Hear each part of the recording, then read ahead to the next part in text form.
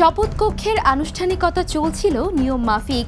একে একে নবনির্বাচিত সংসদ সদস্যরা এগিয়ে যাচ্ছিলেন মঞ্চের দিকে। হঠাৎ সবার নজর আটকে যায় একটি দৃশ্যে। হুইল চেয়ারে বসেই শপথ পড়ছেন সুনামগঞ্জ 2 আসনের নবনির্বাচিত সংসদ সদস্য নাসিরউদ্দিন চৌধুরী। হুইল চেয়ারে করে জাতীয় সংসদ ভবনে প্রবেশ এবং হুইল চেয়ারে বসেই শপথ পাঠ এই দু ঘটনাকে কেন্দ্র করে মুহূর্তেই সামাজিক যোগাযোগ মাধ্যম থেকে রাজনৈতিক অঙ্গনে শুরু হয় আলোচনা সমালোচনা।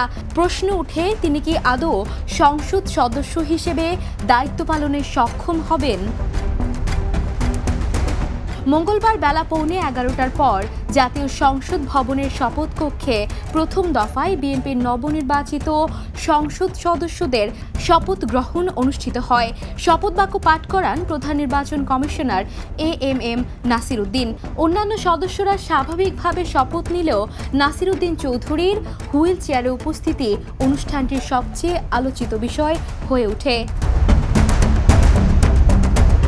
এ বিষয়ে তার নির্বাচনী চিফ এজেন্ট রুদ্র মিজান জানান, দীর্ঘদিন ধরেই তিনি শারীরিক জটিলতায় ভুগছেন। হৃদযন্ত্রে ব্লক ধরা পড়ার পর ওপেন হার্ট সার্জারি করা হয়। কাজের সময় হঠাৎ করে তিনি অসুস্থ হয়ে পড়েন। ওই সময়ে হসপিটালে ভর্তি হওয়ার পর তার ব্লক ধরা পড়ে হার্টে। আচ্ছা, হার্টে ব্লক ধরা পড়ে। হার্টে ব্লক ধরা পড়ে পরবর্তীতে তার ওপেন হার্ট সার্জারি করা হয়। এছাড়াও তিনি একবার সড়ক দুর্ঘটনায় আহত হয়েছিলেন। আচ্ছা, সর্বশেষ 2018 সালের পরে তিনি স্ট্রোক করেন। আচ্ছা, মূলত তৎকালীন সরকারের দমন পীড়ন এবং রাজনৈতিক অস্থিরতায় তিনি দীর্ঘদিন ধরে দুশ্চিন্তাগ্রস্ত ছিলেন। তিনি আরও জানান, একসময় উন্নত চিকিৎসার জন্য ব্যাংককে নেওয়া হয়েছিল তাকে। গত নির্বাচনের পূর্বে তাকে ব্যাংককে নিয়ে উন্নত চিকিৎসা দেওয়া হয়, তারপর তার অবস্থার উন্নতি ঘটে। আচ্ছা, এখন তিনি ব্যাংকক থেকে ফেরার পর থেকে নিয়মিত বিভিন্ন মিটিং মিছিল অংশ নিচ্ছেন, বক্তব্য দিচ্ছেন। তবে চলাফেরা করতে তাকে ব্যাগ খেতে হয়। ব্যাংকক হসপিটালে এটা থাইল্যান্ডের ব্যাংকক হসপিটালে ডাক্তাররা তাকে যে চিকিৎসা দিচ্ছিলেন সেই চিকিৎসা শেষ না করেই যখন মনোনয়ন সংক্রান্ত তৎপরতা দলীয় মনোনয়ন সংক্রান্ত তৎপরতা শুরু হয় তখন তিনি বাধ্য হয়ে দেশে ফিরেন। যদি চিকিৎসা সম্পূর্ণ করে আসতেন তাহলে তার হাঁটা চলাও ঠিক হয়ে যেত, হুইল চেয়ারে করে আজকে শপথ গ্রহণ করতে হতো না। স্বাস্থ্যগত সীমাবদ্ধতার বিষয়টি সামনে আসতেই জনমনে প্রশ্ন উঠেছে তিনি কতটা সক্রিয়ভাবে সংসদীয় দায়িত্ব পালন করতে পারবেন।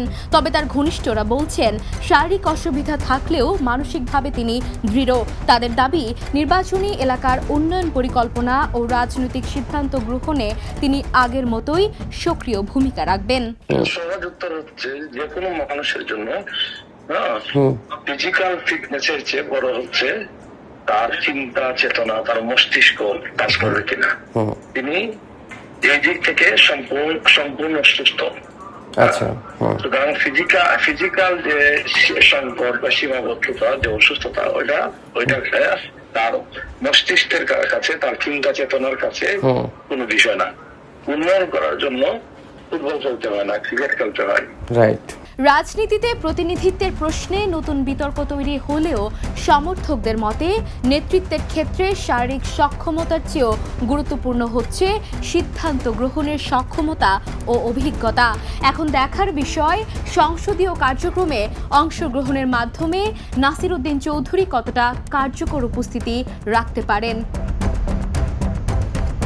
Desk report, the news.